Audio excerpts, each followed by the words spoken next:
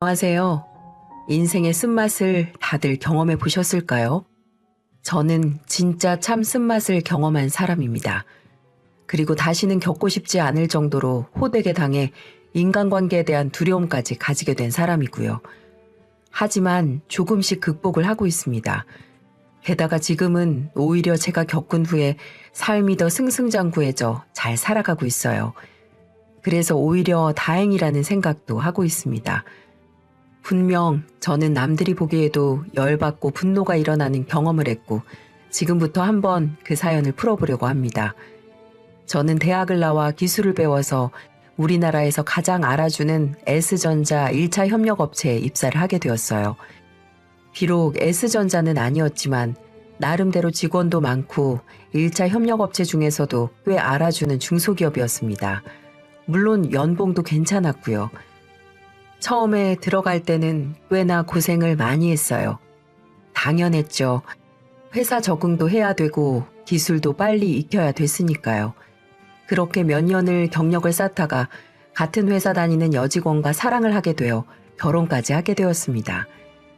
그때까지만 해도 아내는 참으로 순수하고 내성적이면서도 누가 봐도 정말 착하다라는 생각이 들 정도로 매력적인 여자였습니다. 그래서 1년여의 구애 끝에 결혼을 할 수 있었죠. 결혼 후에 저희는 2년간 알콩달콩 신혼을 즐겼습니다. 집사람은 저와 결혼 후에 일을 그만두었어요. 사실 아내도 회사에서 일을 3년 정도 했지만 본인은 적성에 맞지 않다며 퇴사를 항상 고민을 하고 있었거든요. 그래서 당분간은 저 혼자 벌어도 충분하니 일 좀 쉬다가 적성에 맞는 일자리를 알아보라고 했습니다. 이후 늘 지친 몸을 이끌고 집으로 들어가면 따뜻한 밥을 차리고 기다려주는 아내 덕분에 일할 맛이 났어요. 그래서 더더욱 우리의 신혼은 자주 싸우긴 했어도 나름 행복했고요. 그렇게 나름의 신혼을 잘 적응하며 즐기고 있던 와중에 우리 부부는 장기간 떨어지게 되는 상황이 발생하고 말았어요. 갑작스럽게 우리 회사 상무님이 저를 호출을 했거든요. 승주 씨, 이번에 좀 좋은 자리가 나서 말이야. 승주 씨 승진 욕심 좀 있나? 네, 물론이죠. 빨리 승진해서 회사에서도 인정받고 싶고 앞으로 아기도 낳아서 행복하게 사는 게 제 제일 큰 목표입니다. 그치? 안 그래도 내가 주변의 후배들 눈여겨보면서 괜찮은 인재를 찾고 있었거든. 이번에 좀 장기 출장권이 하나 생겼어. 거기에서 경험 쌓고 돌아오면 이쪽에서 승진하는 것도 얘기 잘 나올 거야. 가능하면 거기에서 승진을 하고 올 수도 있는 거고, 그건 승주시 하기에 달렸겠지만. 아, 장기 출장이요? 어느 나라로 가는 걸까요? 그게 말이야, 인도네시아 지사에서 사람을 필요로 해서 말이야. 그쪽에서 근무하던 사람이 어머님이 많이 아프셔서 좀 들어와야겠다고 하길래 우리 쪽 직원이랑 교체를 해주기로 했지. 근데 거기 가서 일할 인재가 있어야지 말이지. 나는 승주 씨가 생각 있으면 추천해주고 싶은데 생각 있어? 인도네시아 출장이요? 아, 그건 제가 혼자 결정할 문제는 아닌 것 같고 제 아내하고 상의를 좀 해봐야 할 것 같습니다. 지방도 아니고 아예 외국으로 가는 거면 아내가 좀 걸려서요. 결혼한 지 얼마 되지도 않았고. 그래, 고민되겠지. 하지만 시간 많이 못 주니까 얼른 결정해서 답 가지고 와. 네, 알겠습니다. 그래도 생각해 주셔서 감사합니다, 상무님. 저는 너무나도 좋은 기회를 놓치고 싶지 않았습니다.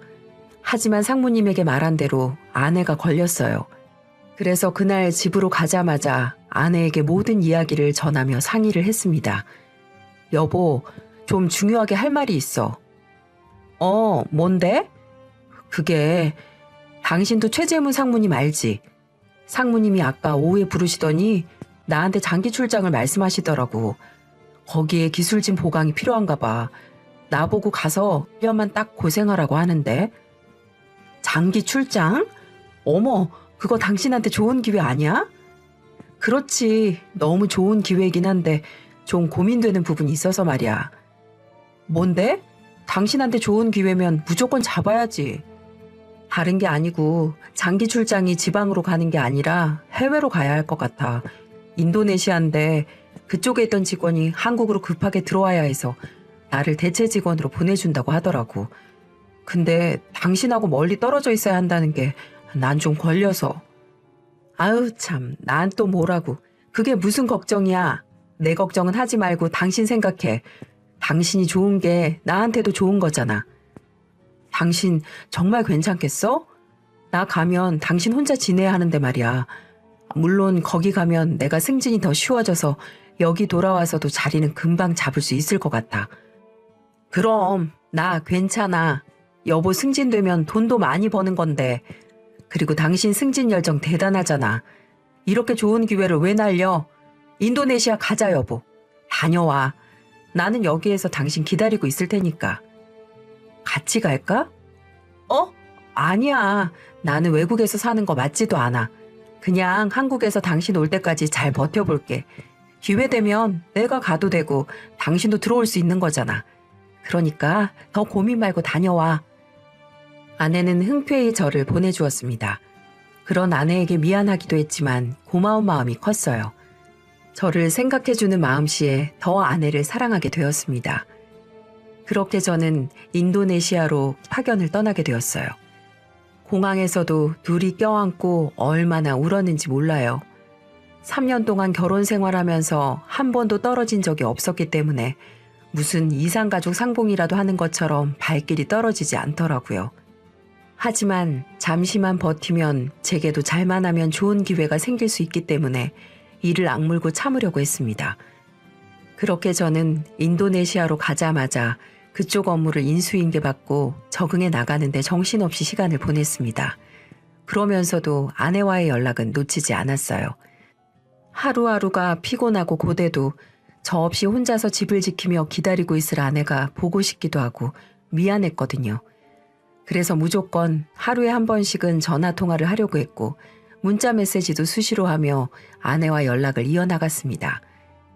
여보, 오늘도 잘 지냈지? 그럼 당신은 힘든 일 없었어? 오늘은 집에 혼자 있는데 당신 너무 보고 싶더라. 빨래하는데 당신 옷이 없으니까 괜히 센치해지던 거 있지? 그래도 잘 적응하고 있으니까 내 걱정하지 말고 당신 일에 집중해. 알았어. 고맙고 미안해 여보. 우리에겐 분명 좋은 날이 있을 거야. 그래 알았어. 타국에 있다고 식사 거르지 말고 이럴 때일수록 건강 챙겨야 된다. 알았지? 그렇게 아내는 여전히 항상 절 걱정해주고 진심으로 잘 챙겨주었습니다. 그렇게 3, 4개월을 연락을 했을까요? 어느 날부턴가 아내에게서 연락이 좀 뜸해지기 시작하면서 제가 전화를 하거나 문자 메시지를 보내도 답을 보내지 않는 겁니다. 저는 처음에는 바쁜가 보다 싶었지만 이게 일주일이 넘어가니까 미친 듯이 걱정이 되기 시작하더라고요. 그래서 장모님에게까지 연락을 했죠. 하지만 장모님에게 들려온 소리는 너무나도 허무한 소리였어요. 장모님, 잘 지내시죠? 집사람이 연락이 안 돼서요. 혹시 저희 집사람이랑 연락해 보셨나요? 어머, 연락이 안 된다고? 왜 그럴까나? 어제도 집에 와서 자고 오늘 아침에 들어갔어. 네? 아니, 일주일이 넘게 연락이 안 돼서요. 그래? 이상하네. 핸드폰이 고장난 것 같지도 않았는데 다시 연락해봐. 아유, 우리 사위 해외에서 힘들 텐데 이 부인까지 걱정하느라 애가 다 닳겠네. 나도 연락해 볼 테니까 걱정하지 말고 아무 탈 없이 잘 지내고 있으니까. 네, 장모님 감사합니다. 정말 걱정되는 마음으로 장모님에게 전화를 했을 때 들려오는 소리는 잘 지내고 있다는 허무한 소리뿐이었습니다. 이때는 걱정했던 모든 마음들이 서운한 감정으로 바뀌게 되더라고요. 그래서 저는 문자로 서운한 마음을 표현했습니다.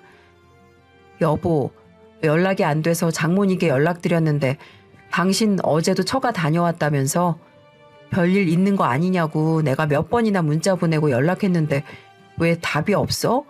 얼른 연락 줘. 내가 무슨 일 있는 줄 알고 얼마나 걱정했는 줄 알아?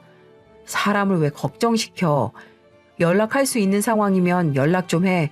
나 진짜 화나려고 하니까. 저는 이렇게 보내놓고는 답이 올 때까지 기다렸습니다. 외국에 나와 처음으로 화내는 문자를 하고 나니 그제서야 몇 분 뒤 전화가 오더군요. 여보, 미안해. 내가 계속 연락해야지 해놓고 깜빡했어. 내가 요즘 정신이 없어서 말이야. 많이 걱정했지? 그걸 말이라고 해? 왜 이렇게 연락이 안 됐던 거야? 아, 그게 요즘 당신이 없어서 외롭기도 해서 여기저기 바람 좀 쐬러 다니기도 하고 친정에도 좀 다녀오고 하다 보니까 정신이 없더라고. 게다가 핸드폰이 고장나서 수리하고 왔어, 오늘.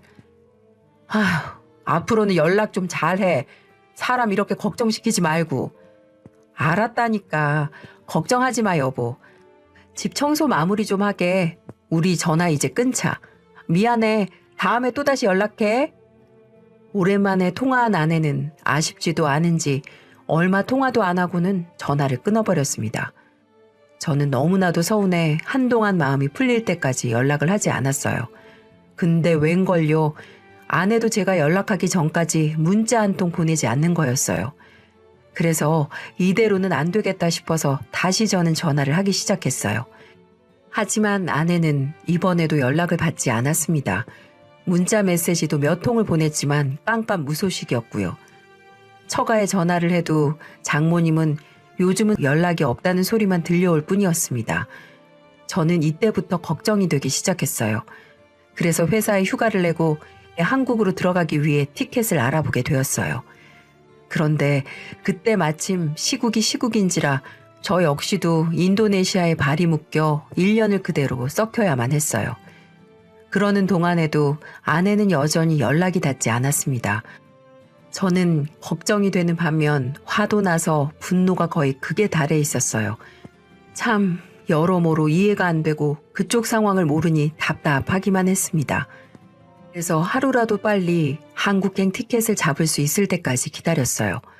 그러다 일시적인 귀국이 풀리게 되면서 저는 곧바로 티켓을 잡았고 곧바로 한국으로 향해 들어갔습니다. 집에 가는 그 순간에도 아내는 제 전화를 받지 않았습니다. 집으로 가면서 별의별 생각이 다 들더군요. 제가 아내의 상황을 어디서부터 이해를 해야 할지 아니면 단단히 화를 내야 할지 제 마음도 중심이 서질 않았어요. 그렇게 택시를 타고 집에 도착했습니다.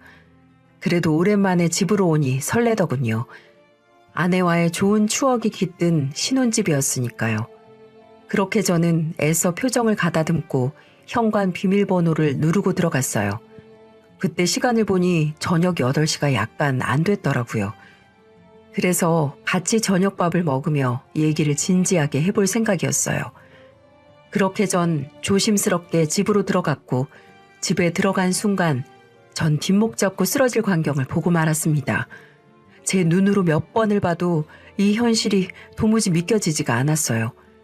아내가 제가 너무나 잘 아는 사람이랑 마치 부부처럼 다정하게 소파에서 껴안고 있는 모습을 볼 수 있었거든요. 그리고 그 주변에는 제가 가지고 있던 물건들이 아닌 다른 남자의 화장품이나 세척도구들이 잔뜩 들어가 있었고 심지어는 베란다에 그 남자의 속옷이나 옷들이 널어져 있었어요. 저는 너무 충격을 받고 말았습니다. 어떻게 그렇게 믿었던 아내가 이런 짓을 벌 일이라고는 꿈에도 상상하지도 못했습니다. 그리고 아내와 이 집에서 동거를 하는 그 주인공은 놀랍게도 절 인도네시아로 보낸 상무님이었습니다. 아니, 여보, 여긴 어떻게 왔어? 말도 없이 갑자기 어쩐 일이야? 아내는 갑자기 나타난 저를 보더니 황당하다는 듯이 말을 걸었고 그 옆에 있던 상무는 마치 귀신이라도 본 듯 그냥 얼어있다가 눈치껏 도망가려는 제스처를 취하더라고요. 그래서 저는 곧바로 도망가려는 상무의 뒷덜미를 잡아 소파 쪽으로 패대기를 쳤습니다. 그리고 있는 힘을 다해 주먹으로 얼굴을 몇 대 가격했고요. 아무리 힘이 좋은 상무님이더라도 40대 남자가 30대 남자를 상대하기는 버거웠을 겁니다. 제가 죽일 듯이 달려들자 그 상무놈은 헝클어진 머리로 좋게 얘기를 하자고 하더군요.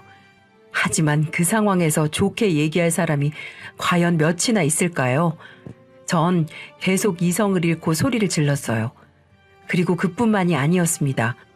제가 또 한 번 놀란 사실은 바로 그 아내가 배가 볼록하게 나와 있더라고요. 전 분명 계속 인도네시아에 있었으니 확실한 건 제 아이가 아니라는 거였어요. 그렇다면 범인은 단 한 사람, 바로 옆에 있는 상무 그 자식이었습니다. 당신, 지금 이게 무슨 상황인지 당장 설명해. 그리고 당신 그 배는 뭐야? 그게 도대체 무슨 상황인 거야? 있잖아. 미안해. 일단 진정해. 지금 나보고 진정하라고 했어? 미친 거 아니야? 지금 내가 진정하게 생겼어? 그 애새끼는 누구냐고? 혹시 이 새끼 애밴 거야? 그런 거야? 이 상황에 그대로 껴있던 상무는 제가 아내에게 화를 내고 있는 틈을 타서 곧바로 집에서 도망가 버렸습니다. 참 비열하고 간사한 자식이었어요. 지만 살겠다고 도망간 양아치였죠. 이런 무책임한 행동을 하는 상무를 보고 아내는 화가 난 듯 했지만 일단은 눈앞에 있는 저부터 해결하는 게 급급했는지 저의 팔을 붙잡고 매달리더군요. 여보, 미안해. 정말 미안해. 근데 나 이제 저 사람 없으면 못 살아. 그동안 몇 번이나 말하려고 했는데 내가 임신을 해서. 근데 정말 내가 애만 낳고 당신한테 연락하려고 했어. 아내에게서 들려오는 황당한 소리에 저는 큰 실망감과 함께 분노를 감출 수가 없었습니다. 저는 이때부터는 이성을 찾기로 했어요.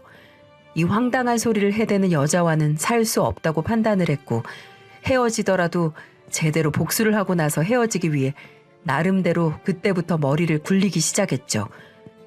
저는 일단은 화가 매우 난 듯 집 밖으로 나가버렸어요. 그리고는 밖에서 어떻게 아내에게 책임을 물리고 헤어질 수 있을까를 궁리했고요. 방법은 하나였습니다. 아내가 바람을 피웠다는 사실을 전부 다 증거로 잡아내는 수밖에 없었어요. 요즘 우리나라에도 바람 피는 사람들이 많기 때문에 인터넷 카페 같은 데 들어가 보니 바람핀 아내라고 검색만 해도 어떻게 대처해야 하는지, 어떻게 해야 재산 분할과 위자료를 받을 수 있는지, 그리고 어떻게 해야 증거를 확실히 잡을 수 있는지 자세히 나와 있는 곳이 많더라고요. 그래서 저는 밤새 그런 글을 찾아보다가 그 다음 날부터 실행에 옮기기로 했습니다. 먼저 저는 용산 전자상가로 가서 초소형 녹음기 하나를 샀어요.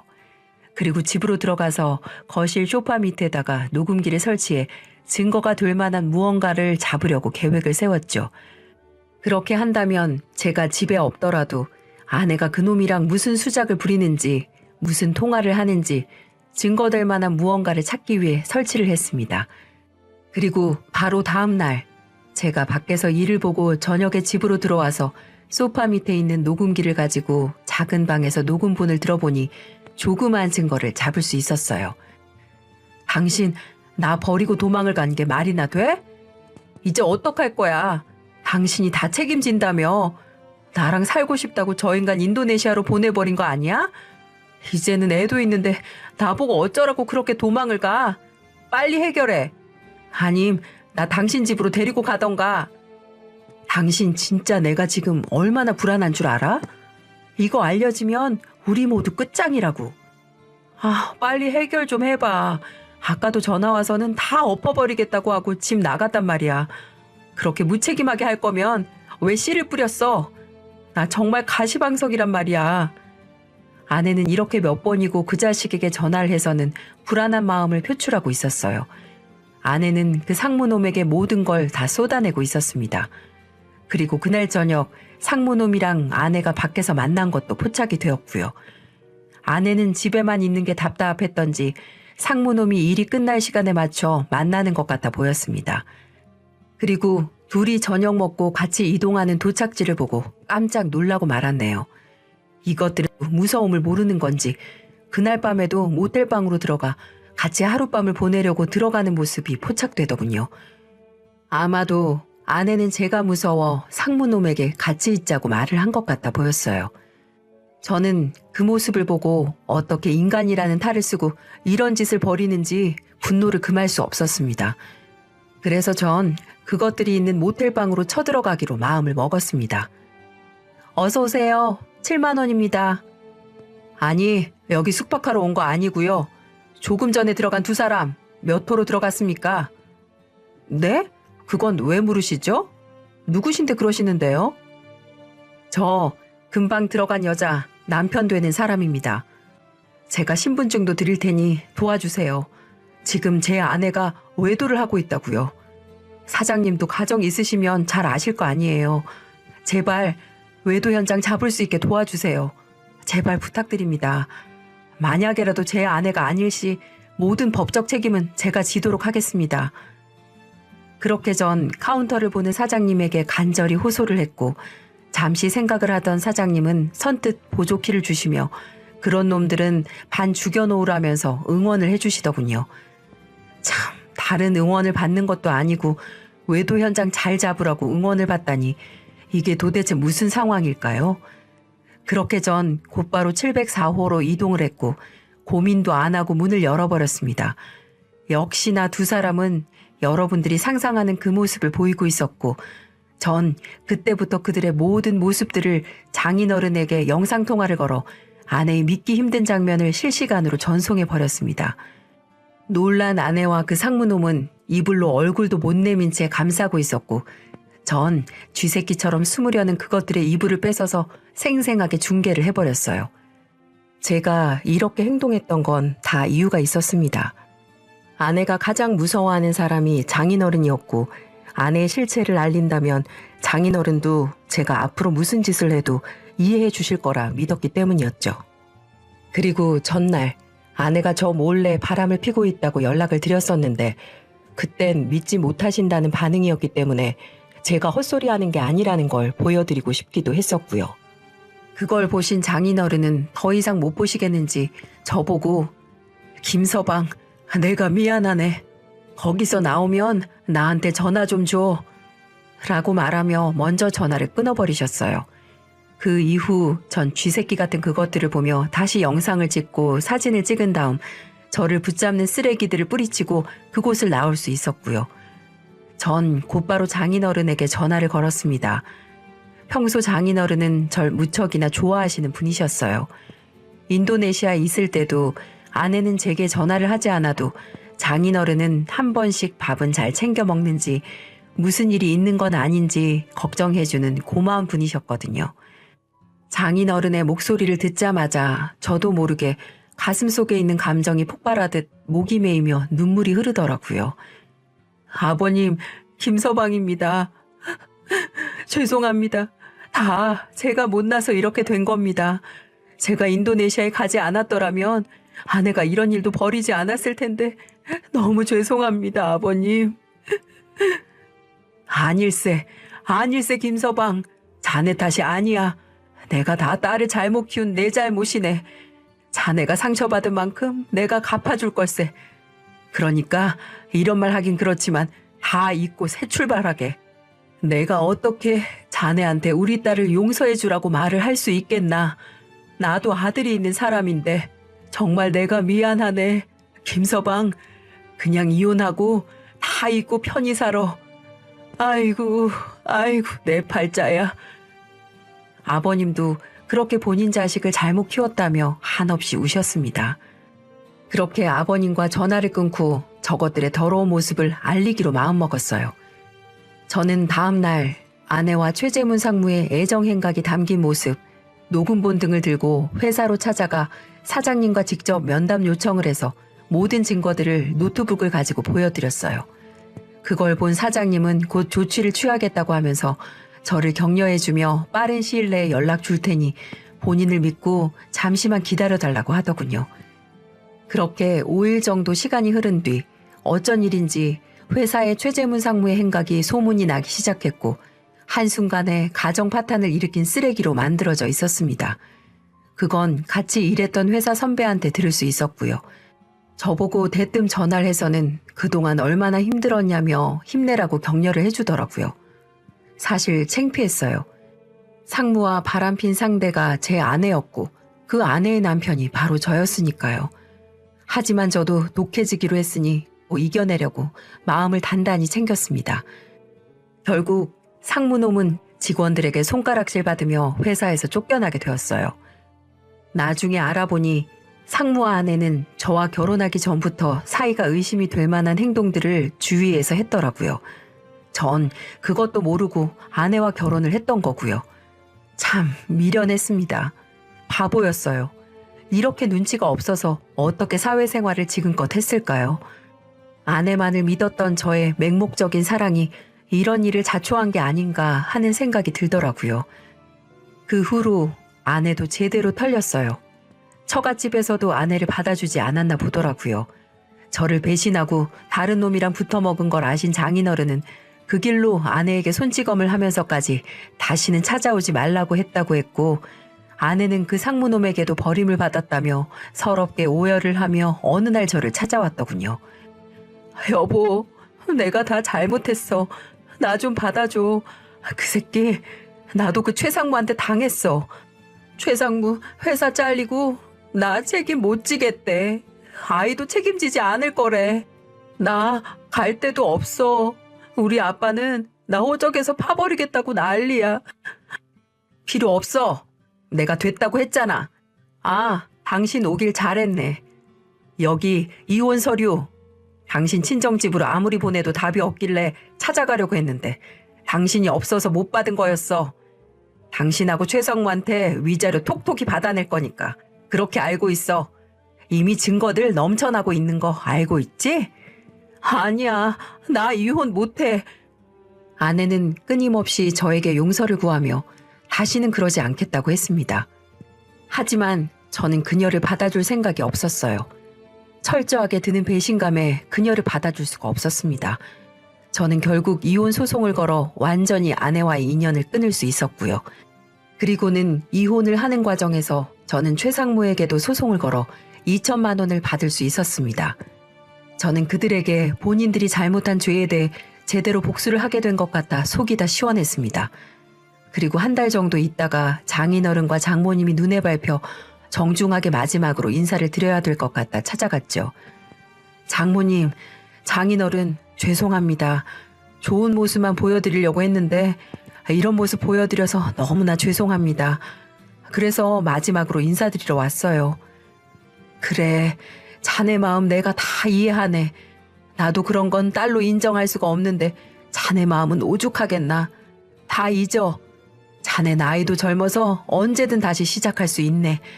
지금부터 우리도 다 잊고 다시는 찾아오지 말고 미련 갖지도 말고. 그리고 이거 받아. 자네 온다고 해서 준비해놨어. 내가 없이 살아서 얼마 안 되는 돈이지만 우리 마음이라고 생각하고 받아주게. 우리는 항상 자네를 위해 기도할 거야. 무슨 말인 줄 알았지? 그리고 내 딸이지만 나도 참 나쁜 년이라고 생각해. 얼마 전에 들어보니 유산됐다고 하더군. 다 지 엿보지. 자네 눈에 눈물 나게 하니까 지 눈에서는 피눈물 나게 된 거야. 나도 참 가슴 아프긴 하지만 내가 자식 농사를 잘못해서 그러니 자네는 다 잊고 잘 살아. 장인어른. 그렇게 저는 장인어른이 주신 돈을 뿌리치지 못하고 1,000만 원이라는 돈을 받고 그곳을 나오게 되었어요. 정말 씁쓸하더군요. 지금껏 아버님, 어머님이라고 불렀던 사람들이 한순간에 남이 된다는 생각을 하니 인생이 참 씁쓸했습니다. 놀랍게도 아내는 유산까지 했고 지금은 어디에서 지내는지 장모님과 장인어른도 모르는 상황인 듯 했습니다. 그렇게 제 결혼 생활은 모든 게 끝이 났어요. 이후 저는 회사 사장님이 저를 불쌍하게 여기셨는지 다시 한국으로 들어와 일을 하게 해주셨고 오히려 아내 없이 일에 집중하며 지냈더니 얼마 전에 대리라는 직책까지 받게 되었어요. 인도네시아에서 일을 했던 게 도움이 되긴 한 거죠. 아무튼 저는 오히려 더 승승장구하며 잘 살고 있습니다. 그리고 요즘 전 오히려 지금이 더 행복하고 좋아요. 당분간은 누구하고도 만날 생각 없이 제 인생을 살아보려고 합니다. 그렇게 힘들고 어려운 순간들이었지만 지금은 연락도 닿지 않는 아내가 가끔 생각이 나네요. 어느 정도 시간이 지나니까 한편으로는 불쌍한 여자라는 생각도 들었고요. 한순간의 잘못된 선택으로 모든 걸 잃은 걸 보면서 부디 앞으로는 정신 차리고 살았으면 하는 생각도 드는 요즘입니다. 이걸로 제 사연은 줄이도록 하겠습니다. 저의 삶을 응원해 주시면 정말 감사할 것 같네요. 그리고 여러분도 행복한 연말 보내시고 올해 따뜻하게 잘 마무리하시기를 바랄게요. 감사합니다.